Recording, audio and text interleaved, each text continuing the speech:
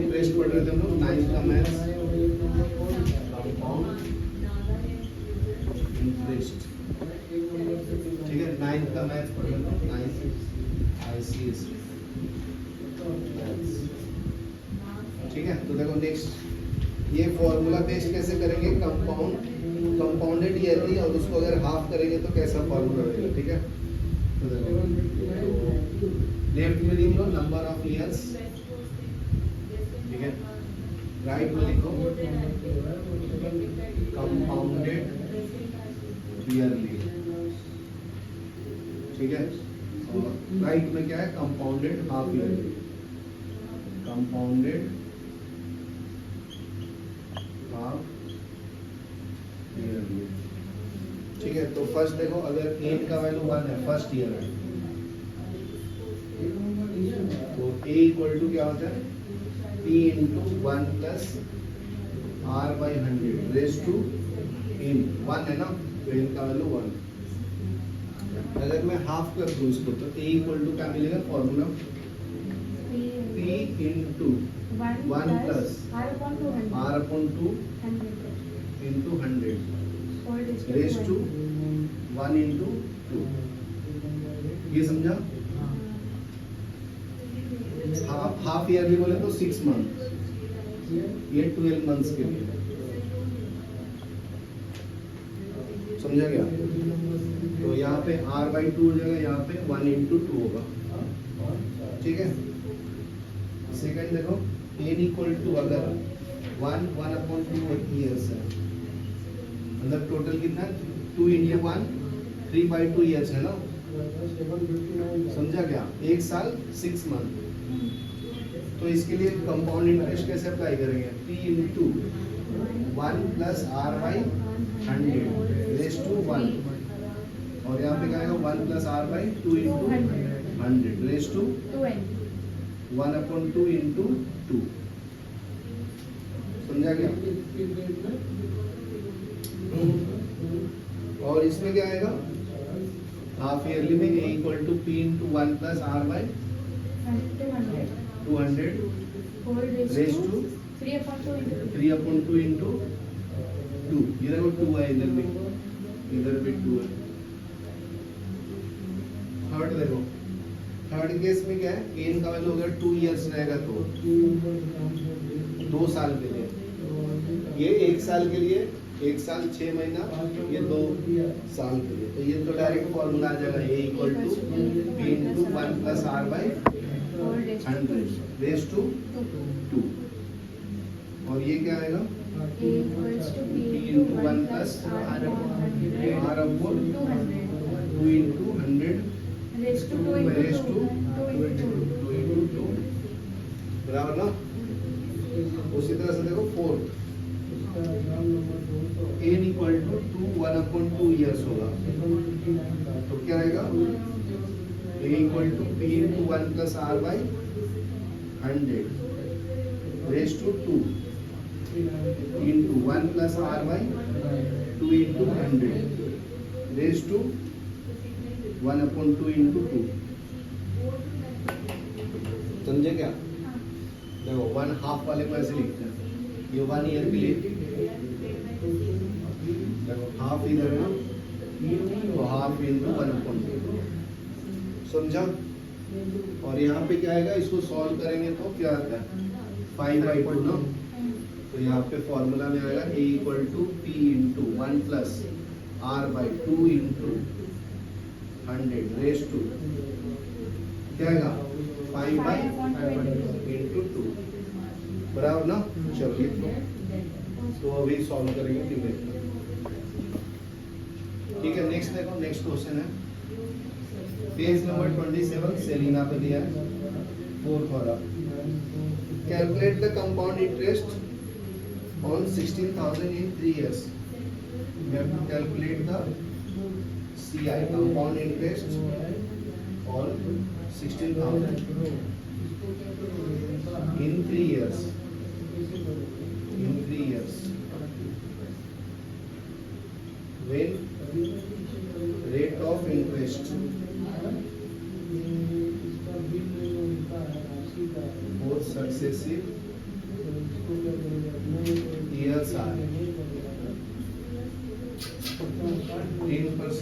12% and 15% respectively. ठीक है, तो ये सॉल्व करेंगे 1 by 1 1 ईयर के लिए। तो देखो solution for the first year, ठीक है, फर्स्ट ईयर के लिए चालू करो। तो फर्स्ट ईयर के लिए देखो P कितना है 16,000, तो R कितना है 10%, टाइम कितना है 1 ईयर। तो डायरेक्ट फॉर्मूला अप्लाई करेंगे। तो इंटरेस्ट का फॉर्मूला क्या है, P into R into T by 100। तो P कितना है 16,000, R कितना है 10, टाइम 1 है, डिवाइड बाई 100, तो 0 गया, 1600 आया इंटरेस्ट। तो ये सेकेंड ईयर के लिए क्या बनाएंगे इसको P, तो A इक्वल टू क्या मिला P प्लस I। तो P है 16,000 प्लस 1600, कितना आता है ये 00617 ना। तो सेकेंड ईयर के लिए कैसे करेंगे, सेकेंड ईयर के लिए तो P का वैल्यू कितना हो जाएगा 16,600, R कितना है 12, तो ये 12% हो गया, टाइम कितना लेंगे 1 ईयर। तो इंटरेस्ट का फॉर्मूला क्या है P into R into T by 100, तो ये आएगा 17600, 12 इंटू 1/100, 2 0 से 2 0 गया, 176 इंटू 12 कितना होता है, मल्टीप्लाई करो 176 इंटू 12 ना 15 1 3 6 7 1 2 1 1 2, तो आ जाएगा 2 1 1 2। तो अमाउंट कितना आ जाएगा A2 P2 प्लस I2। तो P2 कितना था 17600, 2112 कितना आता है 1 2, और ये 7 ये 9 1, A का वैल्यू ना 19,719 बराबर है।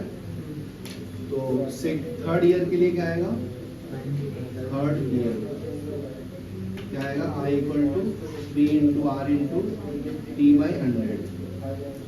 तो नेक्स्ट ईयर के लिए P बन जाएगा 19,712 into 15 into 1 divide by 100, multiply करो कितना आएगा 19,712 इंटू 15 से मल्टीप्लाई करो 10 6 7 45 3 48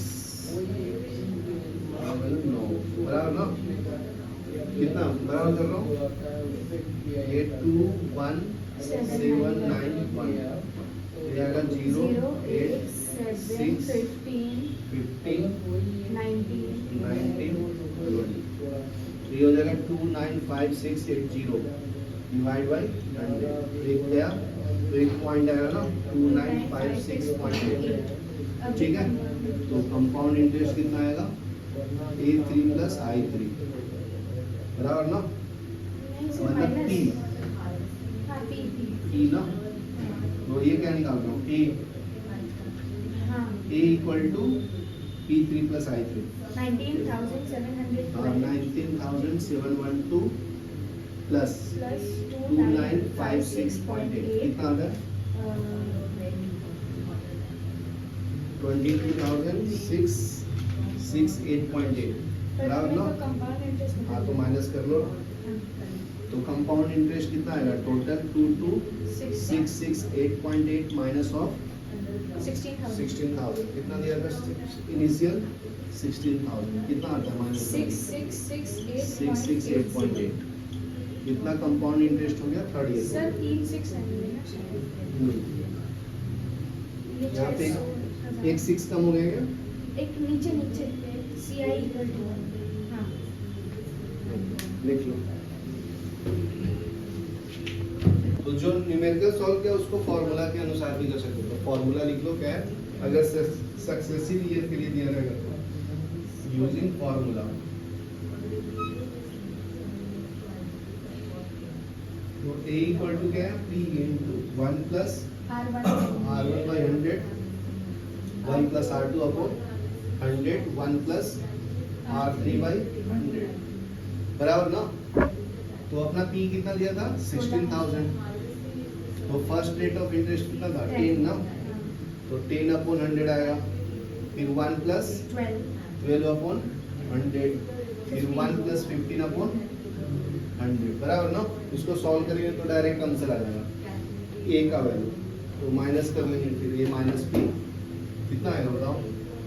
16,000 into ये आ जाएगा, एलसीएम ले लूंगा तो 100 यहाँ पे जाएगा ना, सही कैंसिल भी कर लो, 11 upon 10 11 अपॉन 10 आएगा, ये समझा। और ये कितना आएगा? से कटेगा, ये 4 से 25 4 3 जा 25 और ये 25 जा 25 और 28 होगा ना। हाँ। और इसको 5 से करूंगा, 5 3 जा 20, ये कितना आएगा? 23 अपॉन 20 बराबर ना। 2 जीरो कैंसिल कर दूं और क्या कैंसिल कर दूं? 2 से 28 2 से कैंसिल कर दूं 14 और अभी कटेगा 5 से कर दूं हाँ 32 3 और ये 2 32 ना, अभी नहीं कैंसिल होगा। तो ये 32 इंटू 11 इंटू 14 इंटू 23 अपॉन 5।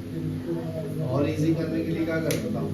2 से मल्टीप्लाई कर देता हूँ तो ये 10 हो जाएगा ना। तो वो 10 को अगर कैंसिल नहीं करेंगे तो वो 10 ऑलरेडी बराबर है। इसको 2 से मल्टीप्लाई करो, इसे पड़ेगा ना। तो नीचे में क्या हो जाएगा? 10 डिवाइड नहीं करना पड़ेगा। इसको मल्टीप्लाई करेंगे तो 32 352 तो ये 2 5 352 इंटू ये 28 हो जाएगा, 28 इंटू 23। इसको मल्टीप्लाई करो 28 इंटू 23, 8 3 जा 24, 6 और 2 8 बराबर ना। 4 4 6 कितना है ये? 352 इंटू 644 अपॉन 10। इसको मल्टीप्लाई करके डिवाइड कर लो, आंसर आ जाएगा। कितना आता है? 644 डिवाइड बाय 352 8 8 2668.8 2 32 12 12 13 में 19 8 8 6 6 6 6 बराबर है ना। पॉइंट आ जाएगा पॉइंट आ जाएगा। तो ये कितना है? 2 2 6 6 8 पॉइंट हाँ बराबर है।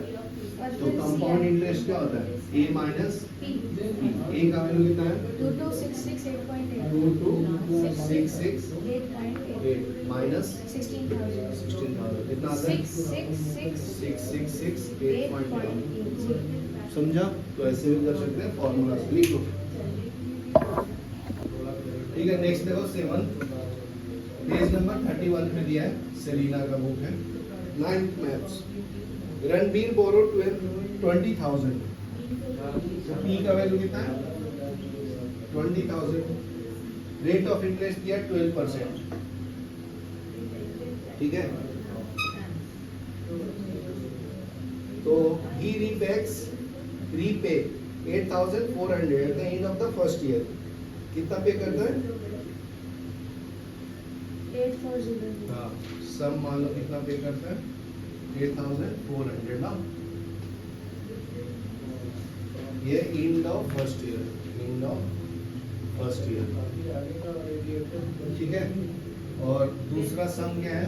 सम 2 कितना पे करता है? 9,680 at end of second year. ठीक है, तो find the amount of loan और understanding at the beginning of third year. Third year में इसका लोन का अमाउंट बताना है। तो देखो फर्स्ट सॉल्व करेंगे फर्स्ट ईयर के लिए। फर्स्ट ईयर तुम बताओ पी कितना है? 20,000 कितना? 20,000 तो इंटरेस्ट कितना आएगा? 20,000। आर कितना डालना है? 12।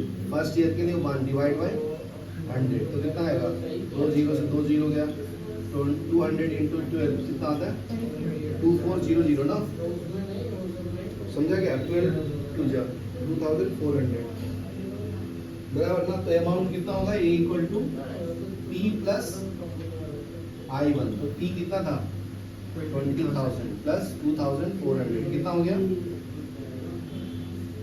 बताओ, 2,200 22,400 हो गया ना, सही बोल रहा हूँ ना,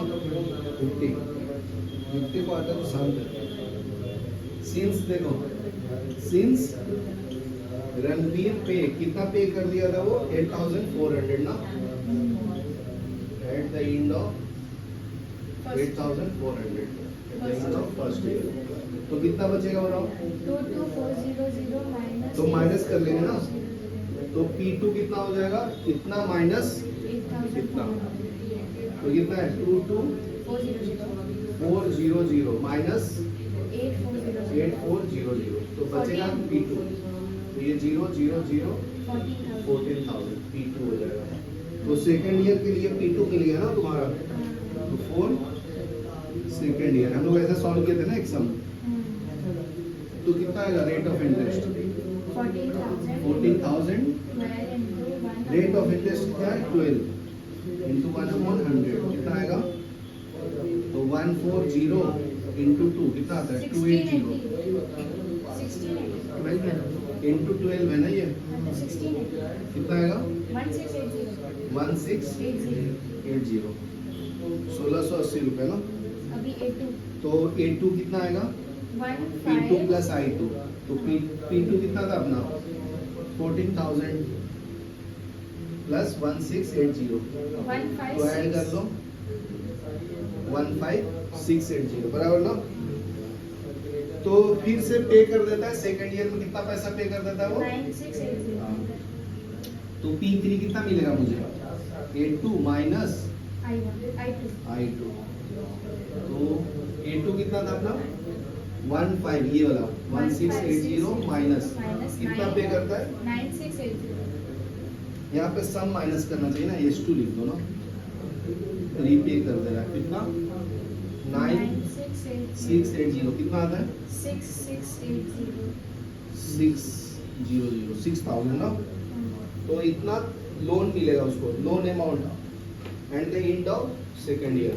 तो ये P के लिए तुम्हें थर्ड ईयर के लिए P कितना हो जाएगा 6,000, समझा, बस इतना ही बताना था।